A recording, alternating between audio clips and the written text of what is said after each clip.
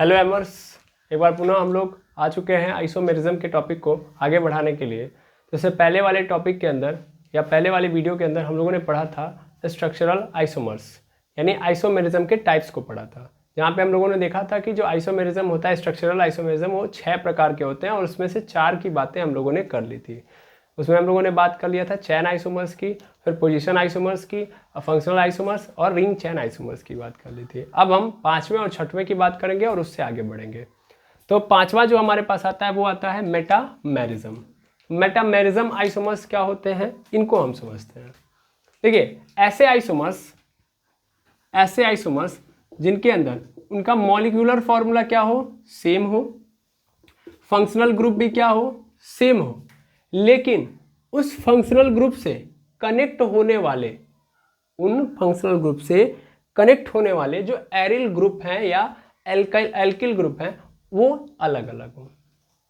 फिर से मैंने बोला कि मेटामेरिज्म आइसोमर्स क्या होते हैं, तो जिनका मॉलिक्यूलर फॉर्मूला और फंक्शनल ग्रुप क्या हो, सेम हो, लेकिन उन आइसोमर्स के अंदर देखा जाए तो क्या डिफरेंट हो, उस फंक्शनल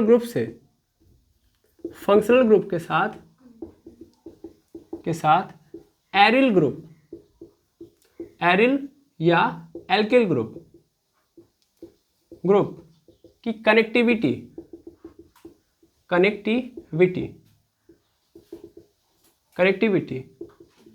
चेंज हो। पहली बात। दूसरी बात, ये पूरा का पूरा जो मेटामेरिज्म है वो किस टाइप के फंक्शनल ग्रुप के लिए अलाउ है, तो ये है पॉलीवैलेंट फंक्शनल ग्रुप के लिए।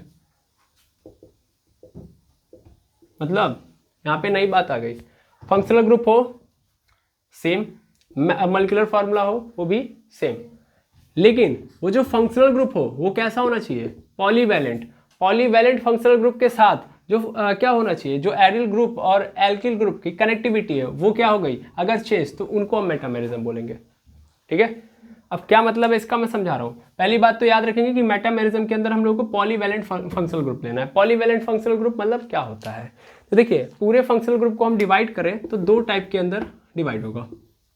एक होगा मोनोवैलेंट फंक्शनल ग्रुप और दूसरा होगा पॉलीवैलेंट फंक्शनल ग्रुप। अब मतलब क्या, इसको समझिएगा। देखिए, पॉलीवैलेंट या मोनोवैलेंट का मतलब एक साइड से केवल जुड़ सकते हैं वो, मतलब ऐसे फंक्शनल ग्रुप जिनसे हम केवल और केवल एक साइड से जुड़ सकते हैं। जैसे आप देखोगे अल्कोहल सिर्फ और सिर्फ किसी भी चैन से एक साइड से जुड़ सकता है। अब ऐसा नहीं है कि OH के इधर भी एक चैन लग जाए और OH के इस साइड भी एक चैन लग जाए, यानी ये जो PCC है, इस PCC से केवल ये एक साइड से जुड़ सकता है। तो एक साइड से जुड़ने वाले फंक्शनल ग्रुप को ही हम लोग क्या बोलते हैं, मोनोवैलेंट। ऐसे हमारे पास SH भी आ जाएगा, वो भी एक साइड से ही जुड़ता है।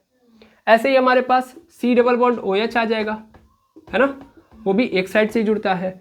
ऐसे ही हमारे पास CHO आ जाएगा, वो भी एक साइड से ही जुड़ता है। ऐसे ही हमारे पास एमाइड भी आ जाएगा, NH2, है ना, ये भी एक साइड से जुड़ता है। ऐसे ही हमारे पास साइनाइड भी आ जाएगा, यानी C ट्रिपल बॉन्ड N, ये भी एक साइड से जुड़ता है ना। दोनों साइड से जुड़ सकता है नहीं। देखिए, एमाइड में आपके लिए कंफ्यूजन होगा, तब कंफ्यूजन होगा जब आप 2nd डिग्री और 3rd डिग्री की बात करेंगे। मैं यहाँ पे 1 डिग्री एमाइड की बात कर रहा हूँ, तब उस कंडीशन में क्या है, ये मोनोवैलेंट फंक्शनल ग्रुप है क्योंकि एक ही साइड से तब जुड़ेगा। ऐसे ही आइसोसाइनाइड की भी मैं बात कर लूँ तो आइसोसाइनाइड में भी होगा, हाँ या ना, आइसोसाइनाइड में भी, तो ये क्या है, ये मोनोवैलेंट फंक्शनल ग्रुप है। यस और नो, बिल्कुल। पॉलीवैलेंट फंक्शनल ग्रुप जिनके अंदर, यानी ऐसे फंक्शनल ग्रुप जिनके दोनों साइड क्या लगे होते हैं, कार्बन की चैन प्रेजेंट होती है। जैसे सबसे इंपॉर्टेंट ईथर के इस साइड भी और इस साइड भी, दोनों साइड होती है। ईथर के जैसा ही क्या होता है, थायो ईथर, इसके भी इस साइड भी और इस साइड, दोनों साइड चैन होती है। ऐसे स्टर होता है, स्टर की अगर मैं बात करूं तो C डबल बॉन्ड O, फिर O, और फिर इधर क्या हो जाता है R, फिर इधर भी R। ठीक है, ऐसे ही और कौन होता है, कीटोन में भी क्या होता है, C डबल बॉन्ड O, इधर भी R, इधर भी R। और कौन सा होता है, एसिड अनहाइड्राइड, तो उसको भी हम लोग क्या मानते हैं, पॉलीवैलेंट फंक्शनल ग्रुप। तो आई थिंक आप बात समझ गए होंगे। भाई मुझे समझाना है सिर्फ, आपको समझ में आ गया तो बाकी तो एग्जाम्पल के थ्रू ही आप समझ पाओगे, है ना। मतलब क्या है पॉलीवैलेंट फंक्शनल ग्रुप, समझ में आ गया? मतलब ऐसे फंक्शनल ग्रुप जिनके दोनों साइड एटम की कार्बन एटम क्या कर सकते हैं, जुड़ सकते हैं, तो उस कंडीशन में उनको ही हम पॉलीवैलेंट फंक्शनल ग्रुप बोलेंगे। और मेटामेरिज्म के अंदर जो हम देखेंगे वो कौन से स्ट्रक्चर आएंगे जिनके अंदर पॉलीवैलेंट फंक्शनल ग्रुप प्रेजेंट होगा, उन्हीं का हम लोग मेटामेरिज्म आइसोमर्स फाइंड आउट कर पाएंगे। क्योंकि इसने पहले ही बोल दिया भैया कि सेम होना चाहिए क्या, मॉलिक्यूलर फार्मूला और फंक्शनल ग्रुप, लेकिन functional group polyvalent functional group होना चाहिए। अब उस पॉलीवैलेंट फंक्शनल ग्रुप के साथ जो एरिल या एल्किल ग्रुप की कनेक्टिविटी है वो अगर चेंज हो जाती है तो वो क्या कहलाएंगे आपस में, मेटामेरिज्म कहलाएंगे। ठीक है, अब कई लोगों के मन में जो कंफ्यूजन आएगा वो क्या है, एरिल और एल्किल को लेके। तो एरिल क्या होता है, एरिल क्या होता है, ओपन चेन वाला ब्रांच होता है, जबकि एल्किल जो होता है ओपन चेन वाला ब्रांच होता है, जबकि एरिल जो होता है वो क्लोज चेन वाला ब्रांच होता है।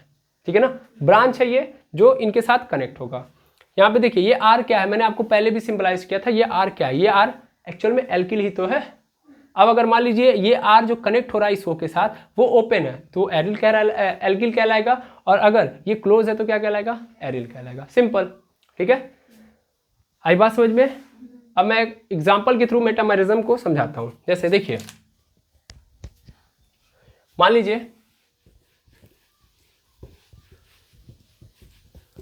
लीजिए हमारे पास कोई स्ट्रक्चर ऐसा है कि जिसमें ओ मेरा आया है फंक्शनल ग्रुप के रूप में, और वो आया तो कोई टेंशन है नहीं क्योंकि ये क्या है, पॉलीवैलेंट फंक्शनल ग्रुप है, और इसका जो स्ट्रक्चर दिया गया है कुछ ऐसा दिया गया है।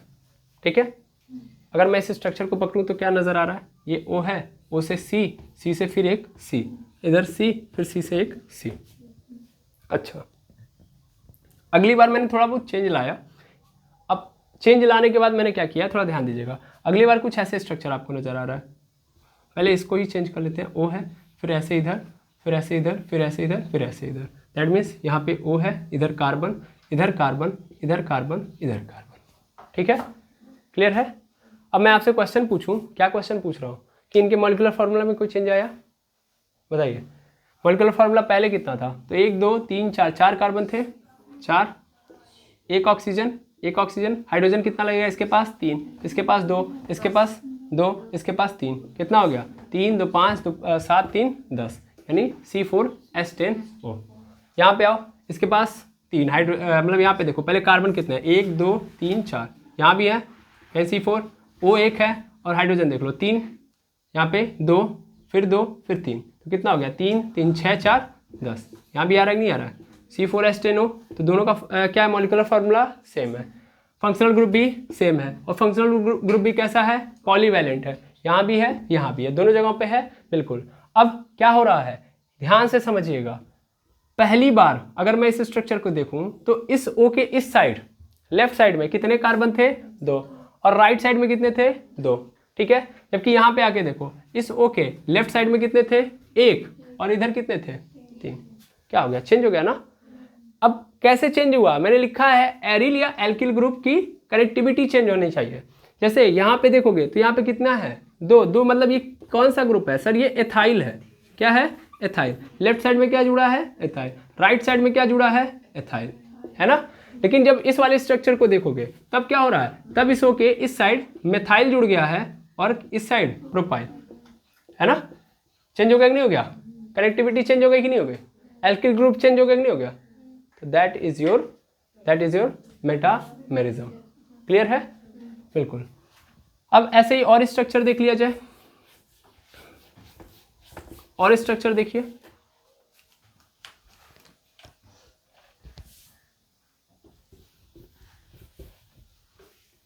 जैसे यहाँ पे मैं देखा हूँ आपको, तो मान लीजिए यहाँ पे मेरे पास है C डबल बॉन्ड O, फिर यहाँ पे O, और इस साइड है हमारे पास मैंने इधर बेंजीन रख लिया है,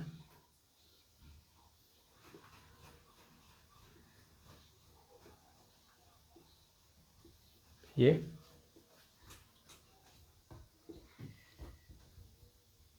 और इधर है C2H5।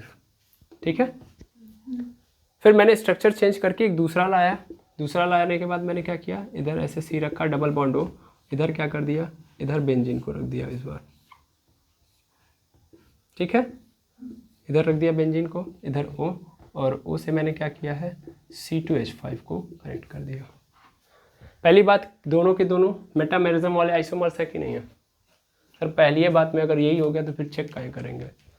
चेक करेंगे ना तब ना बताएंगे, डायरेक्ट थोड़ी ना बोल सकते। ठीक है, चलिए चेक करते हैं। सबसे पहले इसका क्या चेक करेंगे हम लोग? सबसे पहले इसका मॉलिक्यूलर फार्मूला। तो ये C6H6 है, उसमें कोई दुविधा नहीं है। इसमें एक O आ गया है, तो यानी C6H6 O हो चुका है। पहले देखो इधर 5, इधर 2 कार्बन, तो 2 1 3 3 6 3 9, मतलब C6H6 है ये, यहाँ से नोट करो C6H6, यहाँ पे 6 कार्बन, यहाँ पे 2 कार्बन 1 9, हो गया ना 9 कार्बन। ठीक, अब हाइड्रोजन देखो तो 5 और 6, 6 5 11, यानी 11 हो गए। बाकी कोई हिडन वाला हाइड्रोजन तो है नहीं यहाँ पे, नहीं। ऑक्सीजन कितने हैं? 2 2। यहाँ पे देख लो सेम कहानी, C6H6, यहाँ पे देखो C2H5, बाकी कोई हिडन हाइड्रोजन नहीं है। तो यहाँ पे 6 कार्बन, 7 कार्बन और 7 2 9 कार्बन, तो 9 कार्बन हो गए। हाइड्रोजन कितना है? 6 5 11 11। ऑक्सीजन कितना? 1 2। आ रहा है ना? मॉलिक्यूलर फॉर्मूला सेम है। फंक्शनल ग्रुप दोनों का, फंक्शनल ग्रुप दोनों का क्या है? सेम है। कौन है इसमें? एस्टर है। क्लियर है? फंक्शनल ग्रुप मैंने एस्टर को ही तो रखा है, तो एस्टर को रखा है तो बात खत्म, यानी कोई दिक्कत नहीं है। यानी मॉलिक्यूलर फार्मूला सेम है, फंक्शनल ग्रुप भी सेम है, और फंक्शनल ग्रुप भी मेरा पॉलीवैलेंट है, कोई टेंशन बिल्कुल नहीं। अब मैं देखूँ तो कैसे ये मेटामेरिज्म कहलाएंगे कि नहीं कहलाएंगे। तो दो, पहला तो हो गया। अब डिफरेंट क्या होना चाहिए इनका? एरिल या एल्किल ग्रुप की कनेक्टिविटी चेंज होनी चाहिए उस फंक्शनल ग्रुप के साथ, चेंज हो जाए। तो यहाँ पे देखो, यहाँ पे कार्बन के साथ कौन जुड़ा था? एथिल, है ना? कौन जुड़ा था? एथिल। और ऑक्सीजन के साथ बेंजीन जुड़ा था। लेकिन जब मैं इस स्ट्रक्चर को देखूंगा तो यहाँ पे कार्बन के साथ बेंजीन जुड़ चुका है और ऑक्सीजन के साथ एथिल। कनेक्टिविटी चेंज ना? पहले ये बेंजीन ऑक्सीजन के साथ कनेक्टेड था, लेकिन अब कार्बन के साथ कनेक्ट हो गया है, तो कनेक्टिविटी क्या हो गई? Change. Connectivity change, that means ये क्या है? मेटामेरिज्म है। क्या बातें समझ में आई? यस और नो? ओके। ऐसा और देख सकते हैं हम लोग? चलिए ऐसा और हम देख लेते हैं।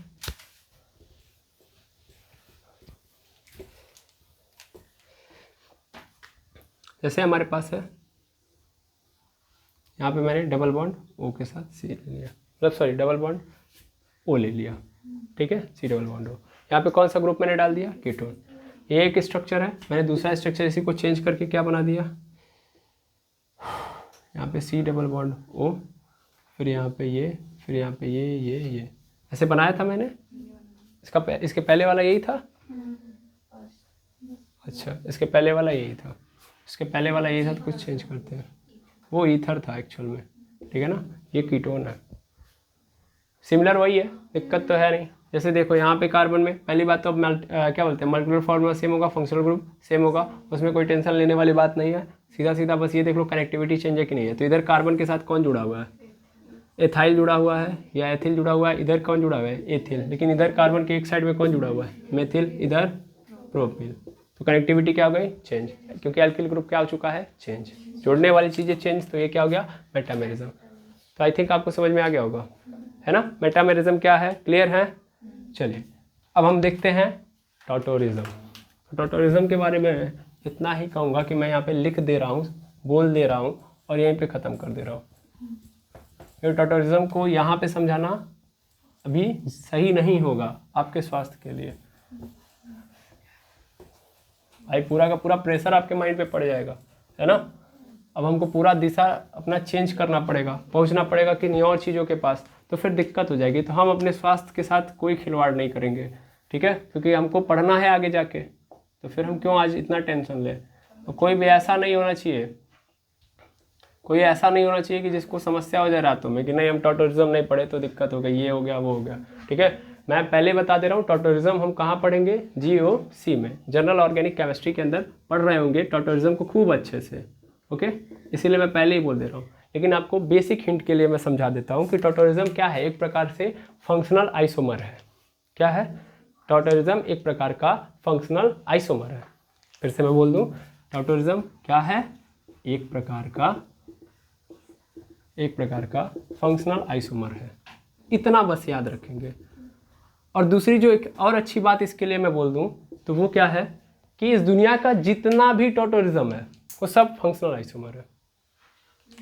इस दुनिया के अंदर जितने भी टॉटोरिज्म है, यानी जितने भी हम बोल रहे हैं कि भैया ये इनके अंदर क्या है, इनका मॉलिक्यूलर फार्मूला सेम है, फंक्शनल ग्रुप सेम है ना, लेकिन स्ट्रक्चर क्या हो रहा है, चेंज हो रहा है। और ये क्या है, टॉटोरिज्म वाले हैं, यानी टॉटोरिज्म वाले आइसोमर्स हैं, तो वो 100% फंक्शनल आइसोमर भी होंगे, लेकिन सभी फंक्शनल आइसोमर टॉटोरिज्म वाले नहीं होंगे। इतनी बात ध्यान देंगे, ठीक है। टॉटोरिज्म के बारे में क्या ध्यान देना है कि एक प्रकार का क्या है, फंक्शनल आइसोमर है, और इस दुनिया के जितने भी टॉटोरिज्म आइसोमर्स हैं वो सब के सब फंक्शनल आइसोमर्स हैं, लेकिन सभी फंक्शनल आइसोमर्स नहीं है। क्लियर है?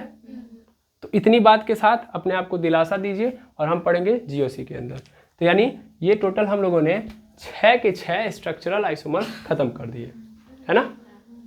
Very good. अब हम कहाँ पे पहुंचेंगे, लेकिन डायरेक्ट पहुंच जाएंगे तो फिर मज़ा नहीं आएगा। समझिएगा ध्यान से, यानी हम लोगों ने स्ट्रक्चरल आइसोमर पढ़ लिया। अब इसमें जो कहानी आपको समझनी चाहिए वो ये कि आपने बहुत इजी वे में समझा स्ट्रक्चरल आइसोमर्स को। लेकिन एक क्वेश्चन ये है कि मान लीजिए आप लोगों ने कभी कभी देखा होगा और कहीं कहीं आपको ऐसे स्ट्रक्चर मिलेंगे कि एक ही स्ट्रक्चर के अंदर अलग अलग तरीके के आइसोमर्स आ सकते हैं। जैसे वो बोल सकता है कि चैन आइसोमर भी है और पोजीशन आइसोमर भी है। ऐसा हो सकता है कि पोजीशन आइसोमर भी है और फंक्शनल आइसोमर भी है। इसके पहले वाले वीडियो के अंदर हम लोगों ने बात की थी, है ना, जहाँ पे वो एक साथ दोहरी प्रवृत्ति को दिखा रहा होगा कि चैन आइसोमर भी हो सकता है और क्या हो सकता है, फंक्शनल आइसोमर भी हो सकता है। तो उस कंडीशन में हमको याद रखना है कि हमको प्रायोरिटी के आधार पे फैसला लेना है। प्रायोरिटी मतलब टोटल 6 हैं, 6 के 6 आपको पता होने चाहिए स्ट्रक्चरल आइसोमर में। सबसे पहला चैन आइसोमर है, फिर पोजीशन आइसोमर है, फिर फंक्शनल आइसोमर है, फिर रिंग चैन आइसोमर है, फिर मेटामेरिज्म है, टॉटोरिज्म है ना। 6 हैं। इनमें आप सबसे ज़्यादा प्रायोरिटी किसको देंगे, तो सबसे पहले आप आरसी को देंगे, रिंग चैन आइसोमर सबसे बड़ा। अगर कहीं पे ऐसा आ गया कि ये रिंग चैन आइसोमर भी है, फलाना आइसोमर भी है, ढेकाना आइसोमर भी है, इन सभी लोगों में से, यानी 4 ऑप्शन दे रहा है आपको, 5 ऑप्शन दे रहा है, 6 ऑप्शन दे रहा है एक ही में। अब आपको पता है कि जब आप क्वेश्चन सॉल्व करोगे तो आपको सिर्फ और सिर्फ कितने ऑप्शन मिलेंगे, 4 ही ऑप्शन मिलेंगे। नहीं समझे, मतलब मान लीजिए आपको एक स्ट्रक्चर दे दिया, कोई स्ट्रक्चर दे दिया, स्ट्रक्चर में से आपको 4 ऑप्शन देगा। ये बताइए चैन आइसोमर है, ये बताइए पोजीशन आइसोमर है ना, ये बताइए रिंग चैन आइसोमर है, या ये बताइए ये फंक्शनल आइसोमर है, कौन सा सही है इसमें। अब हमको दिख रहा है कि स्ट्रक्चर जो दिया गया है इसमें ये चैन आइसोमर भी है और रिंग चैन आइसोमर भी है, दोनों है, चैन आइसोमर भी है और रिंग चैन आइसोमर, अब दोनों है। अब क्या करूंगा मैं, तो मैं किस पे क्लिक करूंगा, रिंग चैन आइसोमर में। किस बिहाफ पे आपने किया, आपसे क्वेश्चन पूछा जाएगा ना, तो आप आंसर दोगे प्रायोरिटी के आधार पे, ठीक है। तो क्या सिर्फ और सिर्फ प्रायोरिटी यहीं तक होती है, मेरी बात ध्यान से सुनिएगा, प्रायोरिटी केवल और केवल यहीं पे होती है। भाई रिंग चैन आइसोमर हो गया, चलो ठीक है। अब मान लो ऐसा भी तो हो सकता है कि केवल रिंग चैन आइसोमर ना दिया हो, वो है ही नहीं। अब हमको इसमें से दिख रहा है कि इस स्ट्रक्चर के अंदर क्या कि सर ये चैन आइसोमर भी है, पोजीशन आइसोमर भी है और रिंग क्या बोलते हैं, मेटामेरिज्म भी है ना। मतलब स्ट्रक्चर के पास 3 प्रॉपर्टी है, चैन आइसोमर, पोजीशन आइसोमर और मेटामेरिज्म, 3 प्रॉपर्टी है। और इन चारों में से कौन सा सही है, सही तो एक ही पे मारूंगा मैं, लेकिन अब किस पे मारूंगा मैं, तब याद रखिएगा यहाँ पे प्रायोरिटी पूरा याद होना चाहिए। Ring chain isomer is greater than T, मतलब टॉटोरिज्म किससे बड़ा होता है, फंक्शनल आइसोमर से, ठीक है। 3 हो गए, आर सी टी एफ। उसके बाद क्या होगा, उसके बाद आपके पास आएगा एम सी और पी, ठीक है। देखिए रिंग चैन आइसोमर टॉटोरिज्म से बड़ा होगा, फिर टॉटोरिज्म किससे बड़ा होगा, फंक्शनल से, फंक्शनल किससे बड़ा होगा, मेटामेरिज्म से, और फिर मेटामेरिज्म किससे, चैन से, और चैन किससे, पोजीशन से, ठीक है। ऐसे याद कर लीजिएगा। अब मान लीजिए इस कंडीशन में मैं किसको ज़्यादा नंबर दूंगा, चैन, पोजीशन और मेटामेरिज्म में किसको आगे दूंगा, मेटामेरिज्म को, क्योंकि मेटामेरिज्म चैन और पोजीशन से आगे होता है, पहले आता है। समझ में आया, तो ये बात याद रख लेंगे, है या ना। अगर इतनी बात याद हो गई तो बहुत अच्छी बात है। अब हम और आगे बढ़ सकते हैं, एक एक स्टेप और आगे कर सकते हैं अपने आप को। अब देखिए अगला स्टेप क्या होगा हमारे लिए, तो अगला स्टेप और आसान होगा। अब हमसे कोई स्ट्रक्चर दे देगा और बोलेगा इसके कितने स्ट्रक्चरल आइसोमर्स बनेंगे, बताइए। जैसे हमको दे दिया C4H10, कहा इसके बताइए कितने आइसोमर बनेंगे। C4H10 दे दिया और बोला कितने आइसोमर आप इसके बना सकते हो, कितने आइसोमर आप यहाँ पे बना सकते हो। ऐसे क्वेश्चन पूछ सकता है, कितने आइसोमर मतलब कितने स्ट्रक्चरल आइसोमर आप यहाँ पे बना सकते हो, क्वेश्चन ये आपसे बोल देगा, आपको आंसर पूछेगा, आप बता पाओगे, बता देंगे। चलिए मैं पॉज करता हूँ 2 सेकंड के लिए, आप इसको रोक के खुद बनाइए, ठीक है, बनाइए। चलिए तो आपने प्रयास किया, अच्छा लगा। जैसे आप देखेंगे इसको 1 2 3 4, ठीक है, हाइड्रोजन लगाने की ज़रूरत नहीं है क्योंकि हाइड्रोजन हमको पता है कि वो वैसे ही रहेगा, 10 ही होगा, उसमें कोई दिक्कत नहीं है। बस ये C4H10 ये बता रहा है कि भैया ये क्या है, एल्केन है। कहाँ से पता चलेगा, DU निकाल लो। DU इसका निकालेंगे, कैसे निकालेंगे, ध्यान से समझना। किसी भी स्ट्रक्चर का आइसोमर बनाने से पहले आप सबसे पहला काम ये करिएगा कि उसका DU निकालिएगा। अगर आपको DU ही नहीं पता रहेगा तो आप ये बता ही नहीं सकते कि कैसा है ये। हो सकता है डबल बॉन्ड वाला हो सकता है ट्रिपल बॉन्ड वाला हो, तो उस अनुसार आपको चलना पड़ेगा। तो DU सबसे पहले निकालते हैं। तो DU अगर हम इसका निकालेंगे तो क्या मिलेगा हमको, सबसे पहले हमको फॉर्मूला पता है C+1 minus H plus X minus N/2, यही होता है। यहाँ पे देखिए C कितना है, 4 है, 4 और में 1 जोड़ देंगे माइनस, यहाँ पे हाइड्रोजन कितना है 10, 10/2 होगा, कट जाएगा। यहाँ पे 4 1 5 माइनस 2 5 10, कट गया, क्या आंसर आ गया, DU कितना आ गया 0। DU 0 मतलब 100%, डबल बॉन्ड नहीं है, ट्रिपल बॉन्ड नहीं है, ना ही ये रिंग वाला है, सिंपल है, ये सिंपल है मतलब एल्केन है, ठीक है।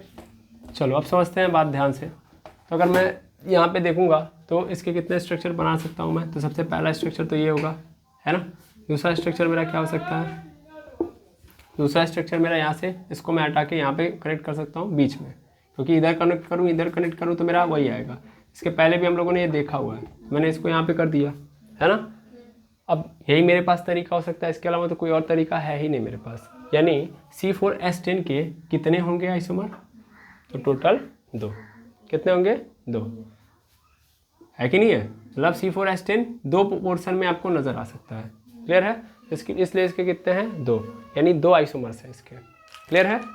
अब 2 आइसोमर्स मैं कह रहा हूँ तो कई लोगों के मन में कन्फ्यूजन हो रहा है, तो ठीक है कोई बात नहीं, आप यहाँ पे एक बोल सकते हो कि यहाँ पे एक ही है, एक ही है, मतलब आपका एक ओरिजिनल स्ट्रक्चर है और उसके रिस्पेक्ट में दूसरा वाला क्या है, ये स्ट्रक्चरल आइसोमर है। और उसमें भी कैसा है, ये चैन आइसोमर है, चैन आइसोमर है, पोजीशन आइसोमर है, पोजीशन आइसोमर है, ठीक है ना, क्लियर है, आया ना, ठीक, गुड। तो अगर ये बात समझ में आ गई तो फिर आगे बढ़े और हम समझते हैं कि ऐसी तो मान लीजिए छोटी प्रॉब्लम थी, ऐसी बड़ी प्रॉब्लम हमको दे दे तब हम निपट लेंगे।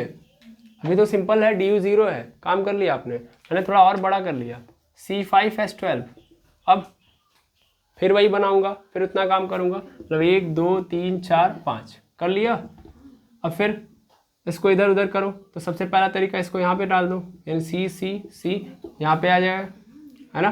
फिर दूसरा तरीका कहाँ डाल सकता हूँ, बस वही एक तरीका है, दूसरा कोई तरीका नज़र आ ही नहीं रहा है, नहीं आ रहा है, क्या कुछ और कर सकता हूँ मैं, कोई तरीका नहीं है। जब कोई तरीका ही नहीं है तो फिर इसका मतलब इसके भी कितने होंगे 2, आपके कहने पे मैंने 2 किया है, ठीक है ना, बाकी आप समझिएगा, ओके, इसमें कोई समस्या नहीं। अच्छा अब मान लीजिए और भी मेरे पास क्या तरीके हैं, है ना, यहाँ पे एक तरीका और हो सकता था,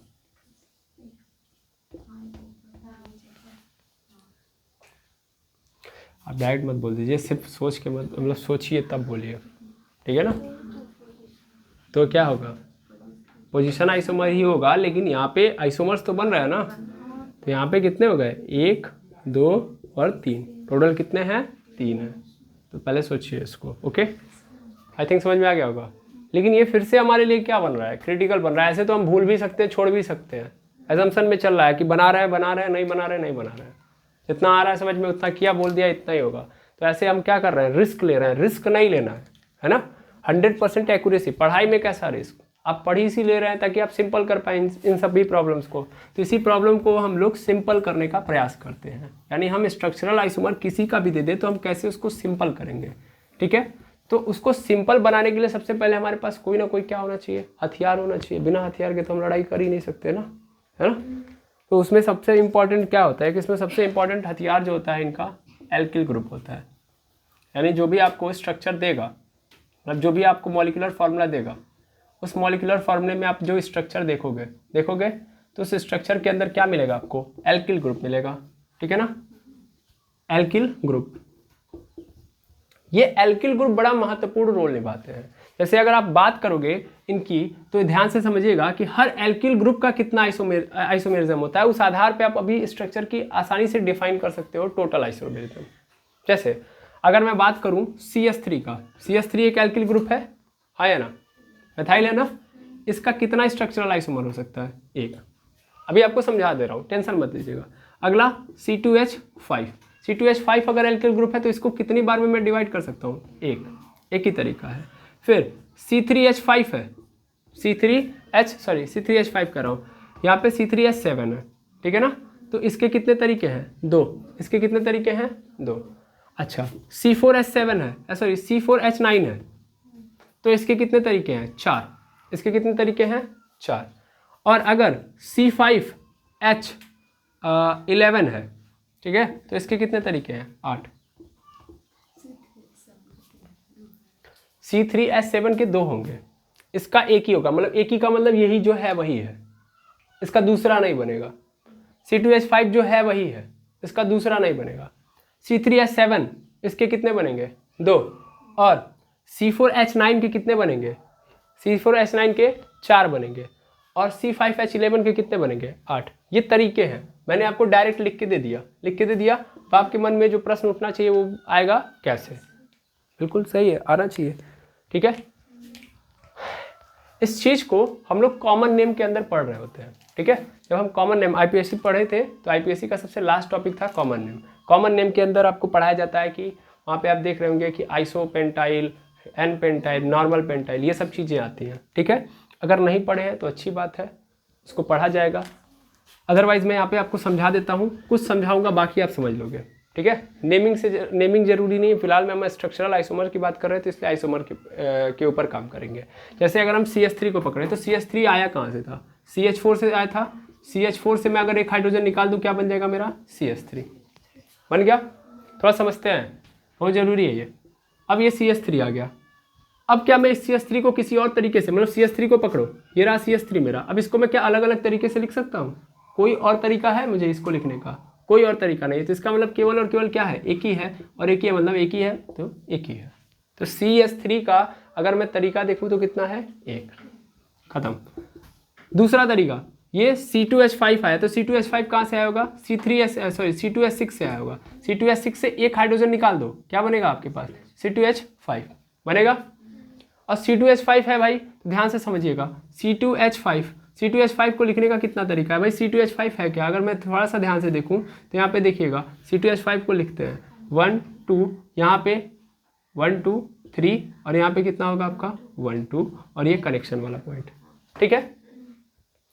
क्या इसको मैं चेंज कर सकता हूँ, मतलब मैं सोच रहा हूँ कि इधर से ना कनेक्ट करके इधर कर दूँ, बात तो वही बनेगी, उस हाइड्रोजन को इधर रिप्लेस कर दो, चाहे इधर से कनेक्ट करो चाहे इधर से, नेमिंग में कोई समस्या होगी भाई। अगर मैं मान लो एक कार्बन से इधर C2H5 जोड़ रहा हूँ, या इस कार्बन से मैं इधर से C2H5 जोड़ रहा हूँ, तो कोई डिफरेंस है तो एल्किली, मतलब है तो एथिली, इधर भी और इधर भी, कोई और नाम लिख देंगे हम, नहीं, नाम में चेंज आएगा ही नहीं। नाम में चेंज नहीं है तो स्ट्रक्चर सेम है ना भाई।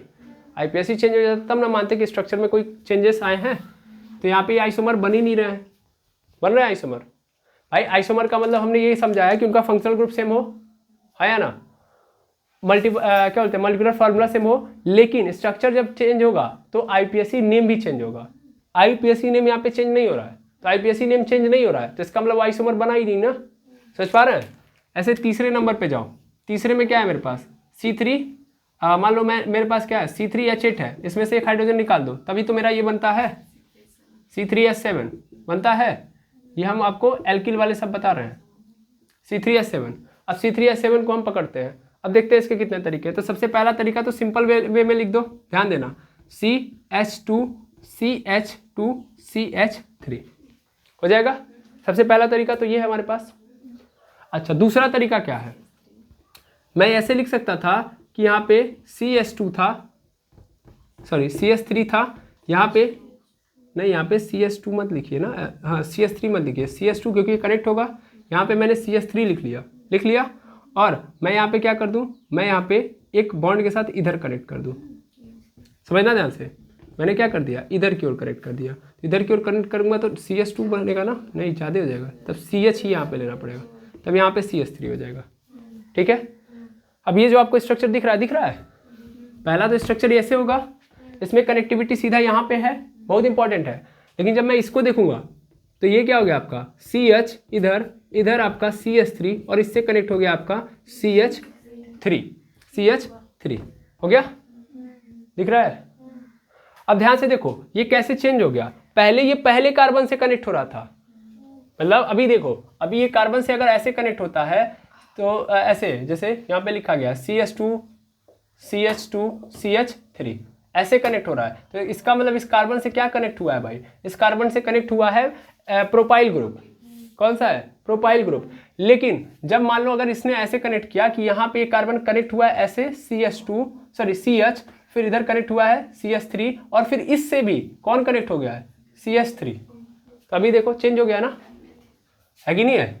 अभी तो IPSC नेम चेंज होगा कि नहीं होगा। अगर नॉर्मल नाम लिखे हम इसको, तो इसको हम लोग बोलते हैं normal pentyl, sorry propyl, normal propyl, ठीक है, नॉर्मल प्रोपाइल। और इसको हम लोग क्या बोलते हैं, तो ध्यान दीजिएगा, जब भी ट्राइंगल वाली कहानी बनेगी, देखो ये क्या बन रहा है, ट्राइंगल वाली कहानी बन रहा है ना, ऐसे स्ट्रक्चर ऐसे बन रहा है, कहीं भी आपको लास्ट में ऐसे स्ट्रक्चर दिखाई दे रहा है तो उसके आगे बस क्या लगा देना, आइसो, यानी ये क्या है, आइसोप्रोपाइल है। ठीक है, ये क्या है आपका, आइसोप्रोपाइल है। अब सेम कहानी बाकियों में भी चलेगी। C4H9, अब देखो इसके दो हो गए कि नहीं हो गए, C3H7 के दो हो गए ना, एक तो नॉर्मल प्रोपाइल और एक तो आइसोप्रोपाइल, बाकी के एक थे। ऐसे इसके कितने बनेंगे, 4, ऐसे इसके कितने बनेंगे, 8।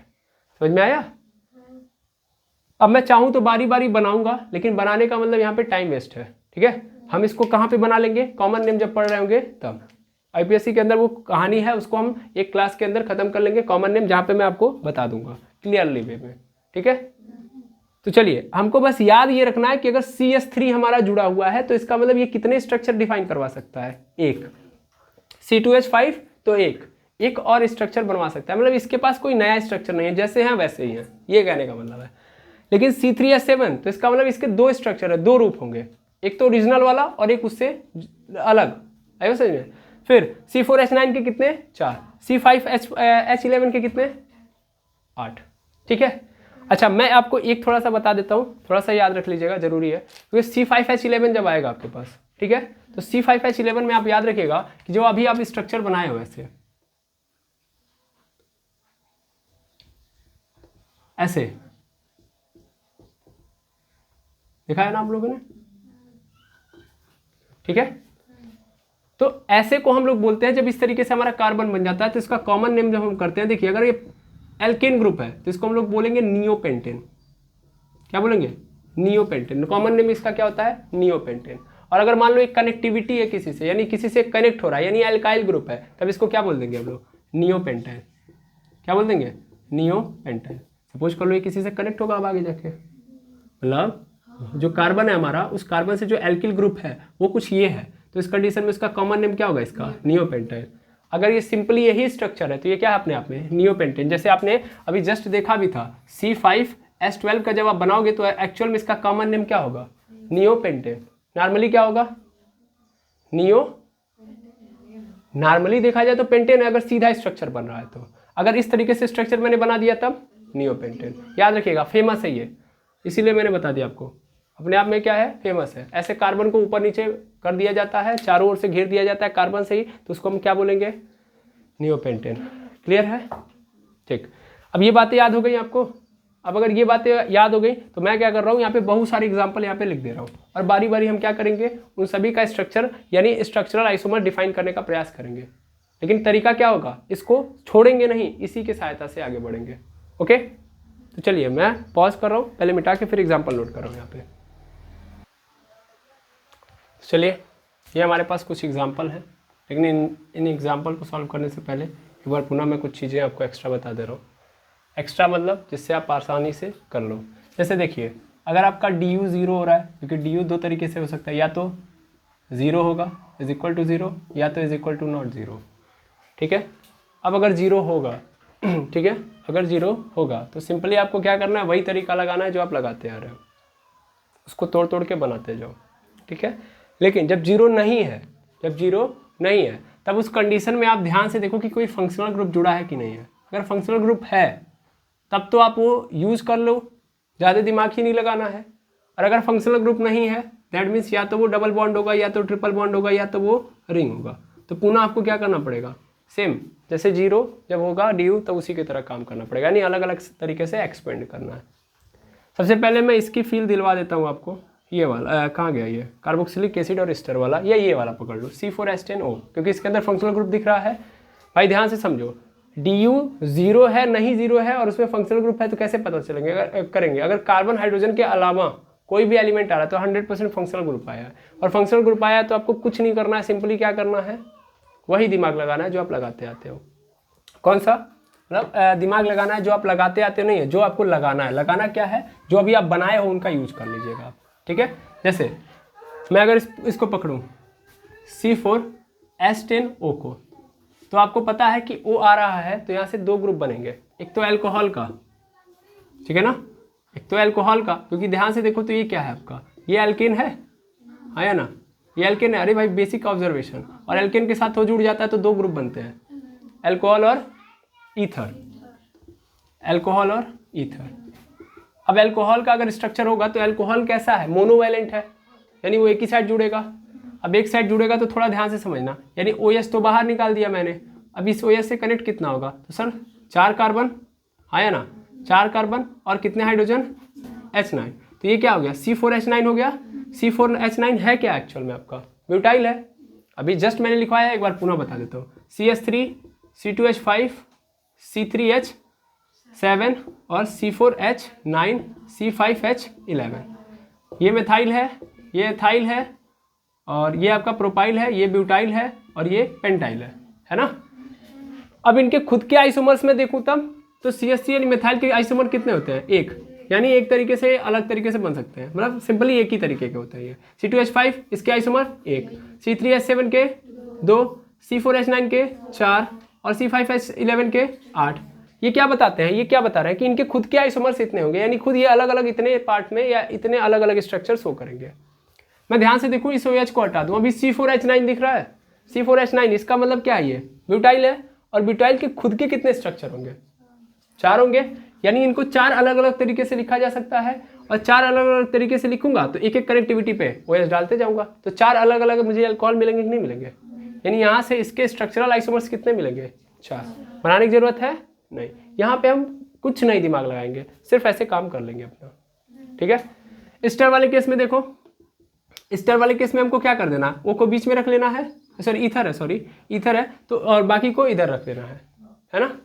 अब पहला तरीका तो ये होगा कि मैं एक साइड क्या ले लूँ, CH3, अब एक कार्बन इधर ले लूँ, बाकी के 3 कार्बन इधर लेता हूँ, तो इसका मतलब क्या हो जाएगा, C3, भाई 3 हाइड्रोजन इधर यूज कर लिया मैंने, तो 10 में से 3 तो जा चुका है, यानी C3H7, यही तो बचेगा। और C3H7 है, इसके खुद के कितने तरीके हैं भाई, 2 हैं, और इसके कितने तरीके हैं, 1, तो 2 और 1 कितना हो गया, 3 हो गया, आया ना, यानी इसको कितने तरीके से लिखा जा सकता है, 3 तरीके हैं। और क्या हो सकता है, तो अब मैं अगला क्या कर लूँ, यहाँ से अलग अलग कर लूँ, मतलब C3H7 है, यहाँ से हटा के मैं C2H5, मतलब इसको क्या कर सकता हूँ, C2H5 ये O, फिर C2H5। अब टोटल इधर से कितना बन रहा था, 3 बन रहा था, यहाँ से 3 बन रहा था, यहाँ से कितना बनेगा, C2H5, तो इधर से 1, इधर से 1, भाई बीच में ही कनेक्ट करना है, इसको भी एक तरीके से लिख सकता हूँ, इसको भी एक ही तरीके से लिख सकता हूँ, तो इधर कितना हो गया, 2। समझ पा रहे हैं, लेकिन ध्यान से समझिएगा, यहाँ पे जो आपके मन में 3 चल रहा है, यहाँ से 1 नजर आ रहा है और आपने प्लस कर दिया, वो क्या है, गलत है। आपने O से कनेक्ट किया है, यहाँ से समझो, इस वाले स्ट्रक्चर को देखो, इस वाले स्ट्रक्चर को देखो, इसको एक ही तरीके से मतलब जैसे है वैसे ही रहेगा ना, ये चेंज तो होने वाला है नहीं, और उसे मुझे कनेक्ट करना भी है। इसको मैं कितने तरीके से लिख सकता हूँ? 2 तरीके से। इसको 2 तरीके से लिख सकता हूँ। अगर मैं खुद बनाऊँ तो इसके कितने स्ट्रक्चर बन सकते हैं भाई? 2 ही तो बन सकते हैं। बिठा के मैं बनाऊँ?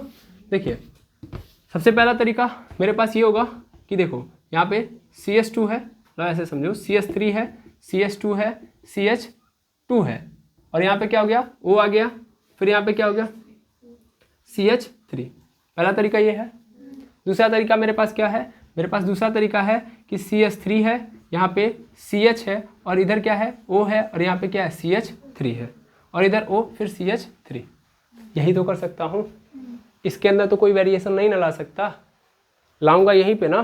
तो टोटल इसके इस स्ट्रक्चर के कितने पार्ट होंगे? 2। और कोई पार्ट काहे बन सकते हैं?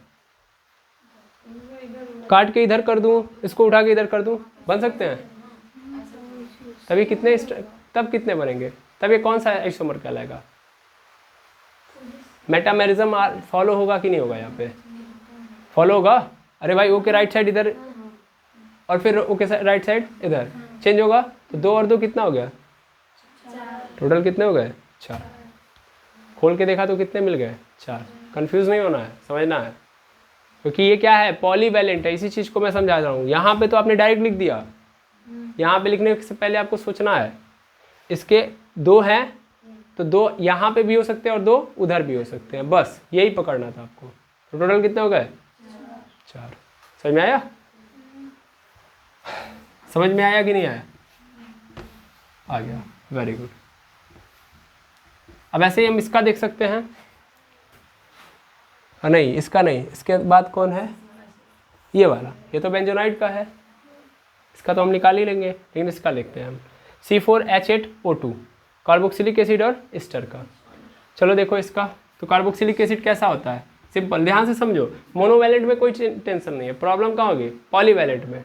तो मोनोवैलेंट का देखा जाए यहाँ पे 1 2 3 4, तो 4 हो गया। यहाँ पे क्या होगा? इंड पे ही जुड़ेगा ये, यहाँ पे OH होगा। अब यानी इधर क्या जुड़ा हुआ है आपका? इधर आपका जुड़ा हुआ है C3H7, यही तो जुड़ा हुआ है। C3H7 को लिखने के कितने तरीके? 2 है, तो 2 ही हम लिख ही सकते हैं, है ना। अब ऐसा तो है नहीं कि कार्बन अगर यहाँ पे है मतलब तो अगली बार दूसरी ओर से कनेक्टिविटी हो जाएगी, होगी ही नहीं। मतलब ऐसा तो है नहीं कि इधर कनेक्ट होगा, तो इसके मतलब 2 ही स्ट्रक्चर पॉसिबल है ना। तीसरा कोई स्ट्रक्चर नहीं, तो इसका क्या हो गया? 2। ऐसे ही हम एस्टर के फॉर्म में देख लेता हूँ। एस्टर के फॉर्म में तो O डबल बॉन्ड O, इधर क्या कर सकता हूँ मैं? C3H7 कर सकता हूँ? नहीं सर, C3H7 कर नहीं सकता हूँ मैं। यहाँ पे क्या करना पड़ेगा मुझे? C2H5। इधर क्या कर दूंगा मैं? CH3, है ना। तभी तो 5 3 8, लेकिन 5 3 8 हो रहा। हाँ ठीक, तो 8 तो ही चाहिए, 8 ही तो है भी, ठीक है। अब क्या होगा? सीधा दिख रहा है यहाँ पे। इसके कितने तरीके? एक तरीका यहाँ पे है, और इस चीज़ को फिर चेंज करके भी मैं लिख सकता हूँ, हाँ या ना, है ना। अब समझना ध्यान से कितने बन रहा है। एक तो यहाँ पे अगर नॉर्मली 1 बन रहा है, फिर अगली बार मैंने इसको उठा के उधर कर दिया, तो 2 हो गए कि नहीं हो गए? क्या इसके अलावा कोई बनेंगे? कोई और नहीं बन रहा है। बनेंगे? नहीं बनेंगे। यानी कितना हो गया? क्लियर है? यहाँ पे उन चीज़ों का आप यूज कहाँ पे कर रहे हो? बड़े लेवल के लिए, ठीक है। आई होप आप समझ पा रहे होगे। और आगे बढ़ा जाए, चलिए और आगे बढ़ते हैं।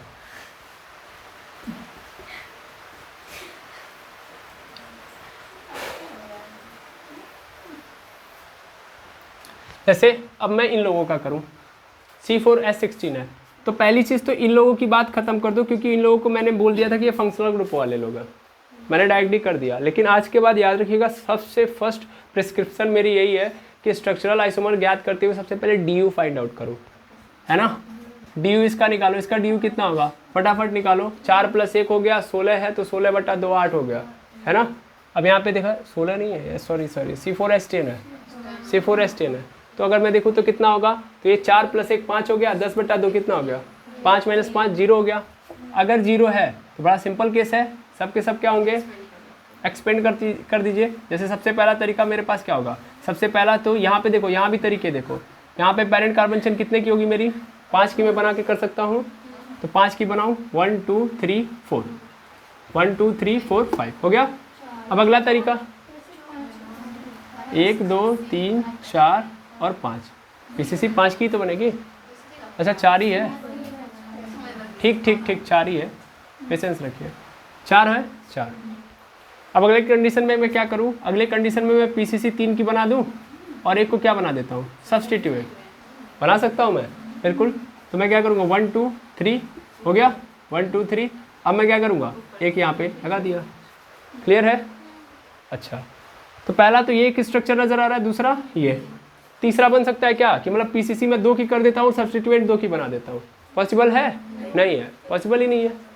क्यों? क्योंकि अगर मैं कर भी रहा हूँ तो ध्यान से देखिए भाई, यही तो हो सकता है आपका, है ना, यही तो होगा। अरे 1 2 3 यहाँ पे मिस्टेक हो गया थोड़ा, हाँ ठीक है, ठीक ठीक सही है, तो सही है, सॉरी। तो पीसीसी 3 की हो जा रही है, भले ही आप लो 2, है ना, 2 का कोई पीसीसी होता ही नहीं है और 2 सब्स्टिट्यूएंट होता ही नहीं है। अब 2 की पीसीसी तभी होगी जब सब्स्टिट्यूएंट ना हो कोई, ठीक है। तो इस कंडीशन में इसके कितने स्ट्रक्चर बने, 2, यानी इसके स्ट्रक्चरल आइसोमर कितने होंगे, 2। क्लियर है, स्ट्रक्चरल आइसोमर 2, इंपॉर्टेंट है, समझते जाइएगा। C5H10 डी चेक किया जाए, डी चेक किया जाए, डी कितना होगा, 5 + 1 6 हो गया, यहाँ पे 10/2 क्या हो जाएगा, 5 हो गया, इन 6 में से 1 चला जाएगा, कितना, 6 में से 5 चला जाएगा 1, डी कितना आ रहा है 1, डी 1 आ रहा है। तो इसका मतलब 100% इसके पास क्या है, मल्टीपल बॉन्ड है। अब मल्टीपल बॉन्ड है तो 2 तरीके हो सकते हैं इसके एक होने के, या तो वो डबल बॉन्ड आया हो या तो रिंग हो, है कि नहीं है। रिंग में होगा तो भी उसका डी क्या होगा 1, और अगर डबल बॉन्ड आया है तो भी 1, मतलब ओपन चेन है, डबल बॉन्ड के साथ आई है तो इसका मतलब डी 1, यानी एक डबल बॉन्ड आ जाए ओपन चेन के अंदर तो भी डी 1 होगा, और अगर वो सिंपली साइक्लोएल्केन है तो भी क्या है, वो 1 डी के साथ आएगा। तो अब 2 तरीके से करना पड़ेगा, एक तो डबल बॉन्ड के प्रोस्पेक्टा से, एक तो रिंग के प्रोस्पेक्टा से। आप नोट करते जाएंगे, मैं करते जाऊंगा, ठीक है। अब मैं इसको मिटा दे रहा हूँ, आपको समझाना था वो मैंने समझा दिया।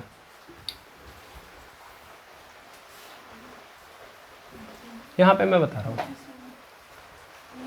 यहाँ पे डी क्या है आपका 1 है, इस अनुसार मैं कर रहा हूँ। जैसे देखिए यहाँ पे मुझे नज़र आ रहा है कि या तो ये डबल बॉन्ड के कारण होगा या तो रिंग के कारण होगा। अब मैं पहला प्रोस्पेक्टा रिंग का, डबल बॉन्ड का, दूसरा प्रोस्पेक्टा क्या लूँगा, रिंग का। चलो अब देखता हूँ मैं, मेरे पास कितने कार्बन है, 5। तो सबसे पहला काम तो मैं ये करता हूँ कि मैं पीसीसी जो अपनी है बना रहा हूँ कितने की, 5 की, ठीक है ना। तो पीसीसी में सबसे पहला काम करूँगा 5 का बनाऊँगा, तो 1 2 3 4 और 5 हो गया, और इसमें एक डबल बॉन्ड कहीं चिपका दो, हो गया, हो गया। अब फिर मैं यहाँ से पोजीशन इसकी चेंज करते जाऊँ, बनते जाएगा, यहाँ से यहाँ पे कर दूँ, हाँ या ना। तो 1 2 फिर यहाँ पे 3, फिर यहाँ पे 4 और यहाँ पे 5, और इस बार कहाँ पे आ गया, यहाँ पे हो गया। पोजीशन पहले चेंज कर रहा हूँ मैं, पोजीशन आइसोमर बना रहा हूँ मैं। फिर अगली बार मैं यहाँ पे कर दूँ तो वही बात वही होगी, इधर से गिनोगे, मतलब अगर डबल बॉन्ड आ गया तो इधर से ही तो काउंट करोगे, इधर से काउंट करोगे मतलब 2 नंबर पे है, और इधर से जब यहाँ पे मैंने रख दिया इसको, तब क्या इधर से गिनूंगा, इधर से भी क्या आएगा, 2 नंबर पे ही आएगा, तो फिर दिक्कत हो जाएगी। यानी इसका मतलब अगर मैं पीसीसी 5 ले रहा हूँ तो मुझे 2 आइसोमर मिल रहे हैं।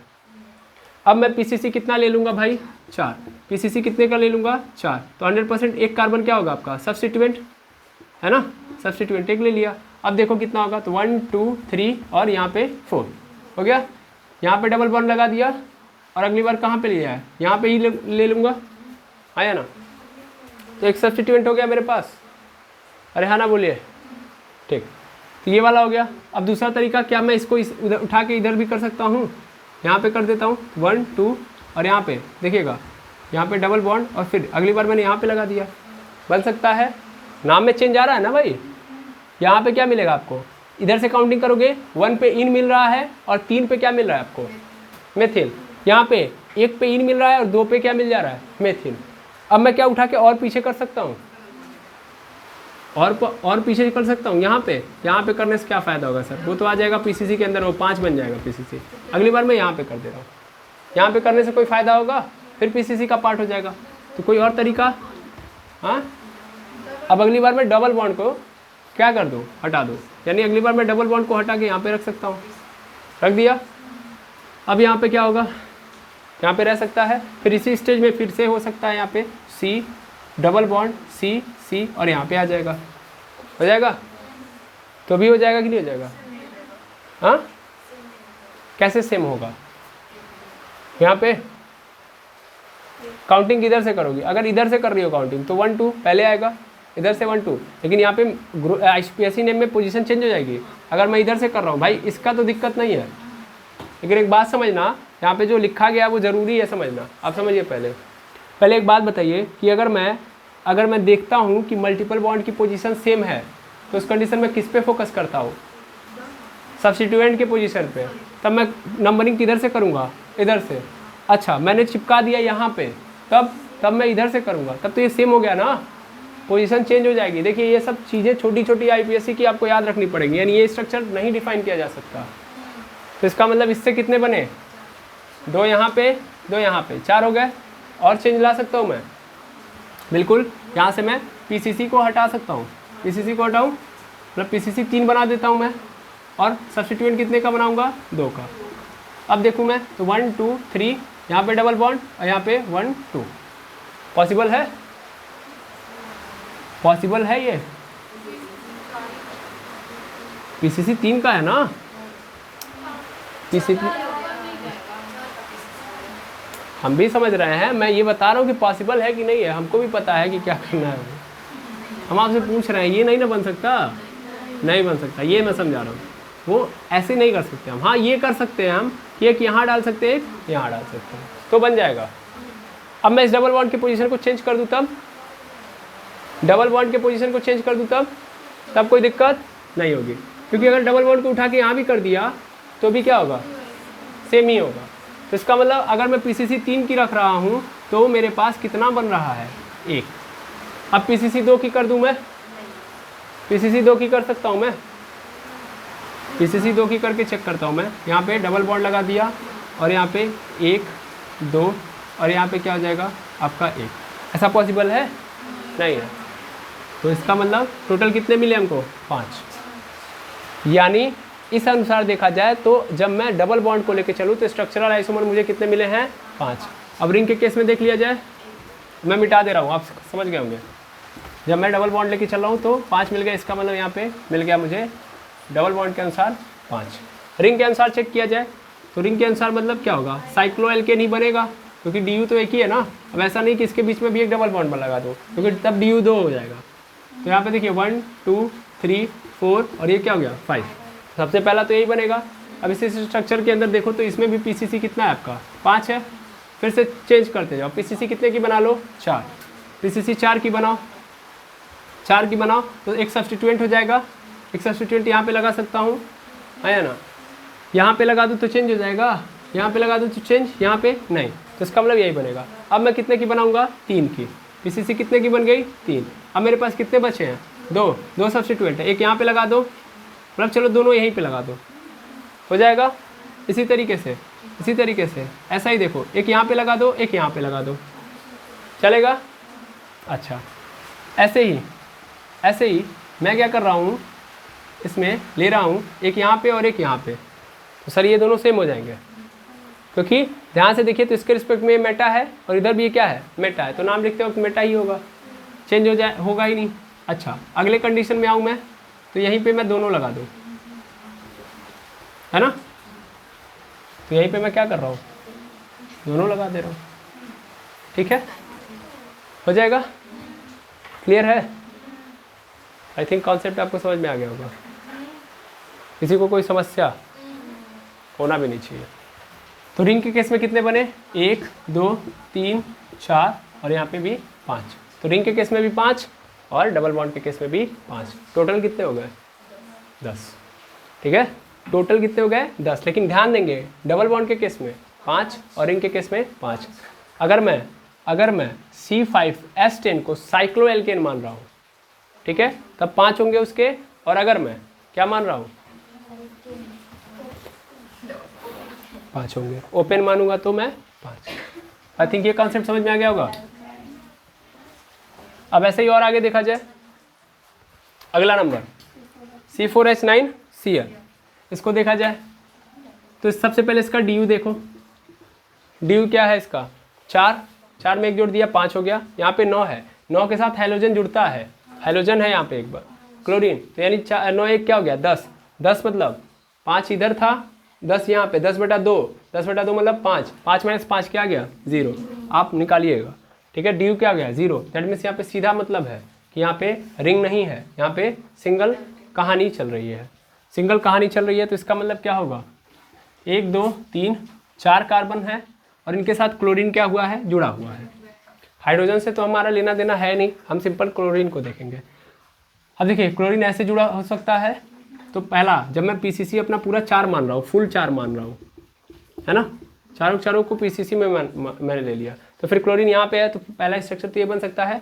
अगली बार मैं क्लोरीन के पोजीशन को चेंज करते हुए आगे बढ़ूँ, यानी 1 2 3 और 4, तो यहाँ पे लगा दिया, चेंज हो जाएगा नाम बिल्कुल। अगली बार 1 2 3 4, अगली बार मैंने यहाँ पे लगा दिया, सर नहीं चेंज होगा, है ना। यहाँ पे क्या है 2 क्लोरो ब्यूटेन, यहाँ भी क्या हो जाएगा 2 क्लोरो ब्यूटेन, तो यानी नाम क्या है डिफरेंट नहीं हो पा रहा है, डिफरेंट नहीं हो पा रहा है तो स्ट्रक्चर कहाँ से डिफरेंट होगा। कुल मिला के ये आइसोमेरिज्म नहीं बन रहा है, यानी इस कंडीशन में जब पीसीसी मेरा क्या है 4 है, तो उस कंडीशन में 2 ही बन रहा है। पीसीसी चेंज कर देता हूँ, पीसीसी कितने का बना लेता हूँ 3 का, पीसीसी 3 का बना लो, तो 1 2 3 हो गया। अब मैं करूँ तो सबसे पहला तरीका मेरे पास ये है कि मैं यहाँ पे सी बना सकता हूँ और फिर इस सी के साथ मैं क्या जोड़ सकता हूँ सी है, ठीक है, पहला ये हो गया। दूसरा तरीका कि ये सी है, ये सी है, ये सी है, इधर Cl इधर सी, है ना, बाकी और तरीका नहीं है। अच्छा Cl को एक साइड में जोड़ देता हूँ मैं, है ना। तीसरा तरीका यहाँ पे 1 2 3 और यहाँ पे Cl और यहाँ पे C, ठीक है, कोई दिक्कत। तो ये 3 यहाँ से बन गए। अब पीसीसी 2 बना लेता हूँ मैं, तो पीसीसी 2 बनेगा, बिना बनाए कैसे बता सकते हैं सर। तो 1 2, ठीक है, कितने कार्बन है इसके अंदर टोटल 4। अच्छा मैं यहाँ पे यहाँ पे अगर कार्बन लगा दूंगा तो तुरंत पीसीसी मेरा कितने का हो जाएगा 3 का, यहाँ लगा दिया तो भी 3 का, तो 2 पीसीसी तो पॉसिबल ही नहीं है भाई ना, आया समझ में। तो कहाँ से करूँगा मैं, हो ही नहीं सकता, यानी क्या हो गया 1 2 3 और यहाँ पे 4 और ये क्या हो गया 5 हो गया, यानी इस कंडीशन में इसके कितने आइसोमेरिज्म बनेंगे 5। क्या बात समझ में आ गई, गुड। ऐसे ही अगला देखा जाए, अगला तो हो ही चुका है, ये वाला तो हो चुका है, अब ये वाला देखते हैं।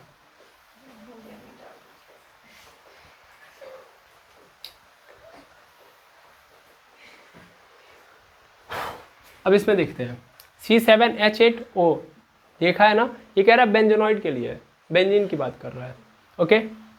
अब बेंजीन की बात कर रहा है तो आपको पता है बेंजीन तो कब बन जाएगा सर C6H6 में, खत्म है कहानी इसकी, यानी बाकी जो बचा हुआ है वो ग्रुप के लिए काम करेगा, है ना। ये बेंजीन आपका बन चुका है।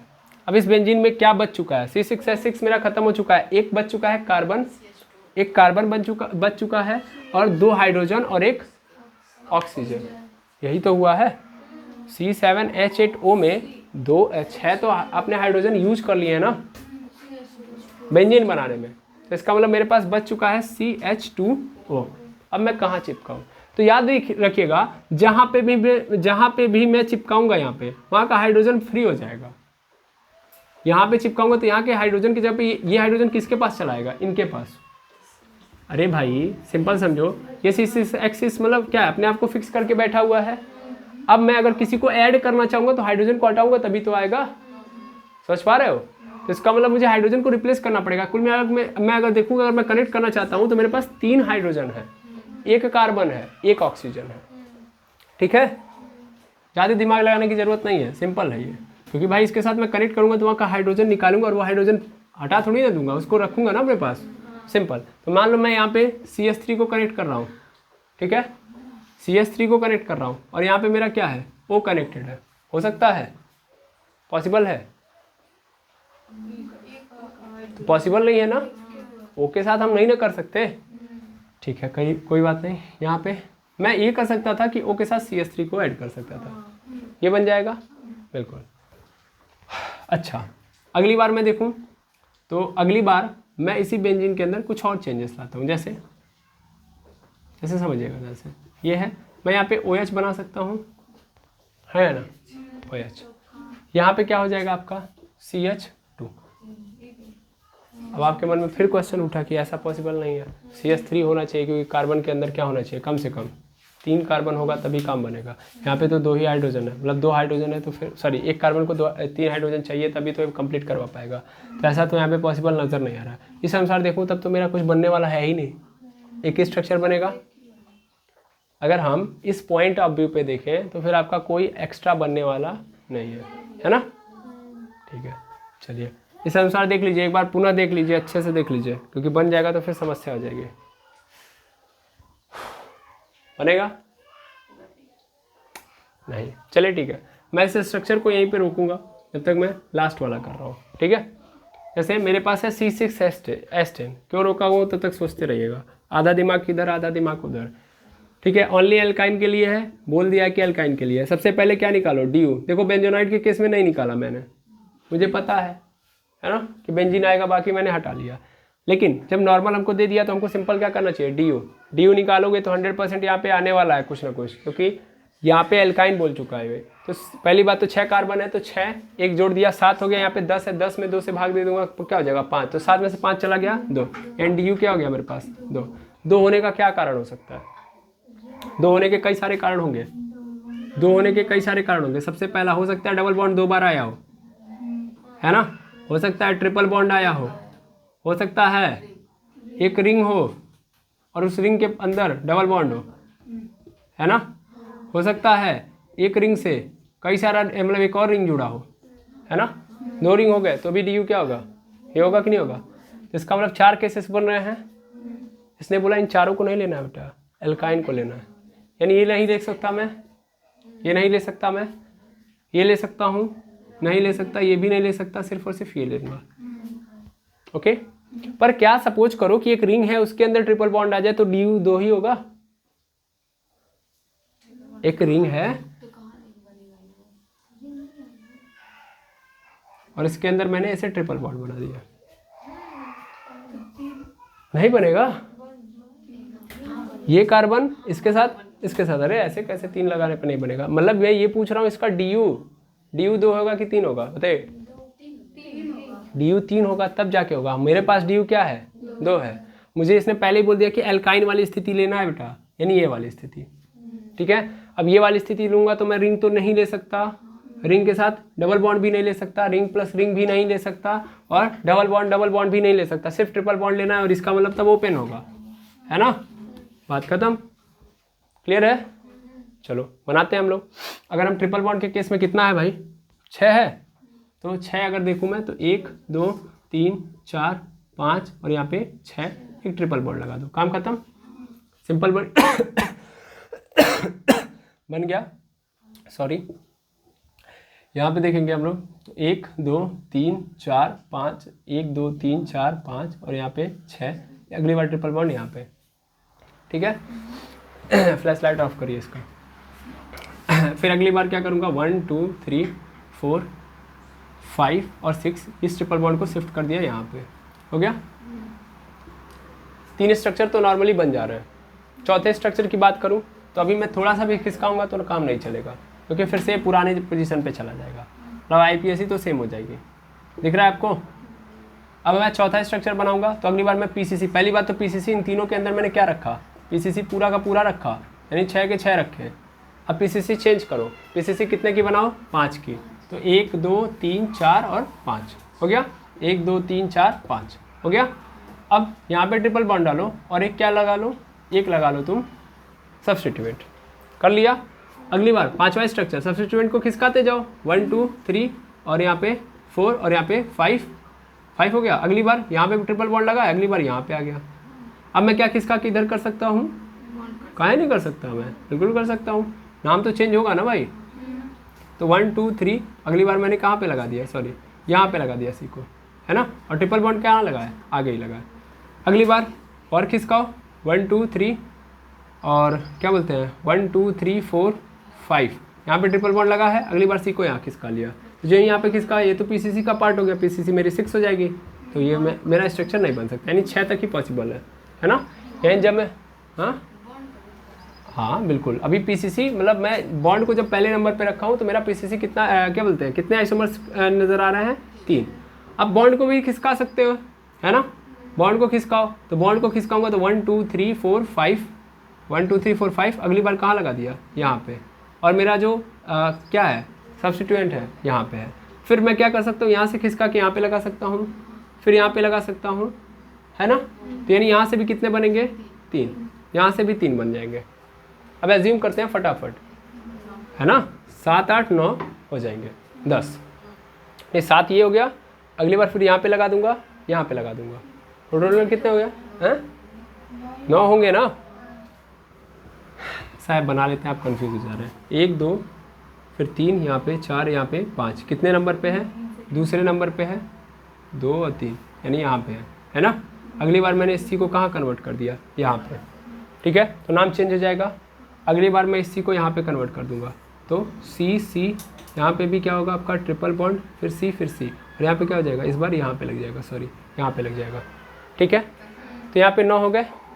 अब अगली बार मैं बॉन्ड को थोड़ा और खिसका दूँ, और खिसका के मतलब यहाँ पे कर दूंगा, तो यहाँ पे कर दूंगा तो फिर से वो वही काम चलेगा, यानी अब इसके अलावा तो नहीं बन सकता, ठीक है। अब क्या आएगा मेरे पास 9 के बाद, अब आता है अगला कंडीशन। अगला कंडीशन कि मैं पीसीसी को क्या बना दूं, 3 का बना दूं, तो पीसीसी 3 का बना लेता हूं मैं, तो पीसीसी 3 का क्या हुआ, अच्छा 5 तक हो गया पीसीसी। अब पीसीसी कितने का है, 4 का, 1 2 3 और 4, ओके। अब ट्रिपल बॉन्ड कहाँ लगाऊंगा मैं, फिर से आगे रखो पहले। अब ट्रिपल मतलब यहाँ पे अब हमारे पास सब्स्टिट्यूएंट कितने होंगे, 2 होंगे। सबसे पहला तरीका हम यहीं पे कर लेते हैं, है ना, ये सी और ये सी, ठीक है, जब इसी से ये सी कनेक्ट हो जा रहा है तो ये 2 मेरे बच गए, हाँ। फिर ये 10वां हो गया, इग्रामा देखो, सी सी सी, फिर ट्रिपल बॉन्ड सी है। अब अगली बार मैं कहाँ लगा सकता हूँ, इसी के ऊपर, एक इधर एक इधर। और क्या तरीका है, 12वें नंबर पे सी सी सी, यहाँ पे क्या होगा, मतलब इस ऐसे ही रहने दो, यहाँ पे डबल बॉन्ड ट्रिपल बॉन्ड सी है। अब अगली बार मैं इन दोनों सी को यहाँ पे शिफ्ट कर सकता हूँ, है ना, यहाँ पे शिफ्ट कर देता हूँ। अब इसके अलावा तो कोई तरीका नहीं है। अब क्या करो, बॉन्ड को खिसका लो, है ना, तो बॉन्ड को भी खिसकाओगे तो कितने बनेंगे, 2 बनेंगे, 2 बनेंगे कि 3 बनेंगे, बॉन्ड को खिसकाएंगे कितने बनेंगे, 2 बनेंगे, तो 12 2 14। फिर पीसीसी कितने का बनाऊंगा, 3 का, 3 का बनाऊंगा तो कितना होगा, 3 का बनाया तो 3 क्या हो गया मेरा सब्स्टिट्यूएंट, 3 सब्स्टिट्यूएंट के अंदर इसका मतलब वहाँ से कितने स्ट्रक्चर बन सकते हैं, तो एक पे डबल लगा दो और एक को कहीं और शिफ्ट साइड में शिफ्ट करोगे तो पीसीसी बन जाएगा। दैट मीन्स अगर हम देखें तो अगर 3 पीसीसी के अंदर देखें तो कोई बनेगा ही नहीं, है ना, 3 पीसीसी में कोई नहीं बनेगा। दैट मीन्स हमारे पास टोटल कितने आ गए, 14, यानी इस कंडीशन में इसके कितने बने, C6H10 के 14 आइसोमेरिज्म बने हैं, यानी आइसोमर्स है। क्लियर है, इसका हो ही चुका है। फंसा कहाँ है कहानी, यानी कहानी पे रुके हुए हैं आपने सोच लिया क्या होगा। एक और बनेगा, कैसे बनेगा, इस O को आप कहाँ कनेक्ट कर रहे हैं, वेरी गुड, यानी आप कह रहे हैं कि यहाँ पे पहले ये था, ये रहेगा इस O के साथ CS3, ठीक है, ये तो रहेगा ही ना।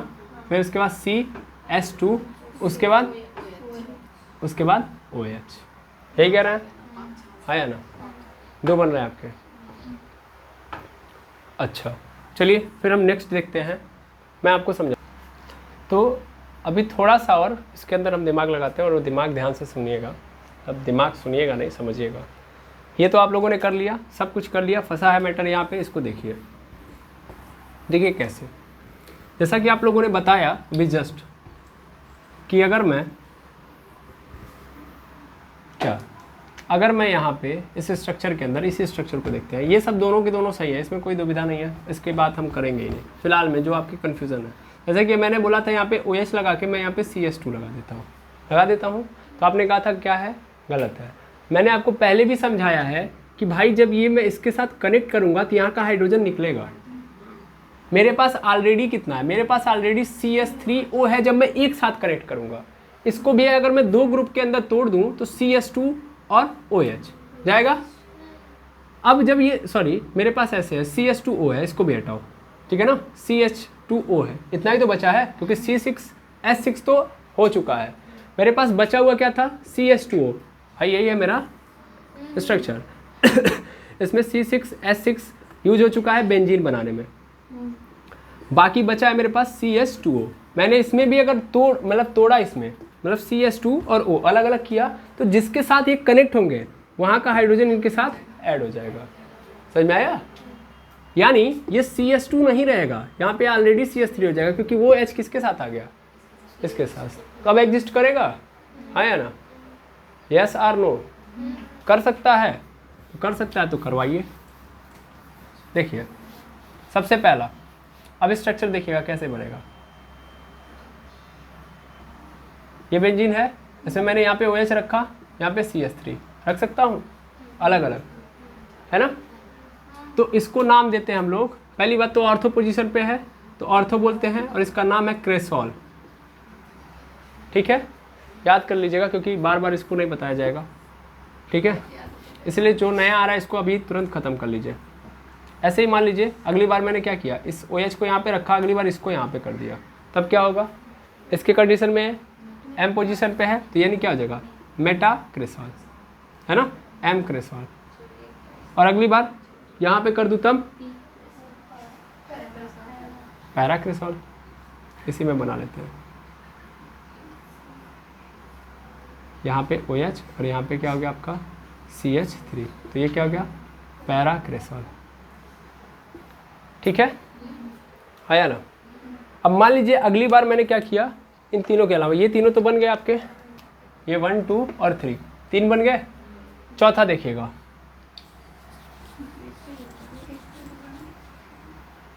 चौथा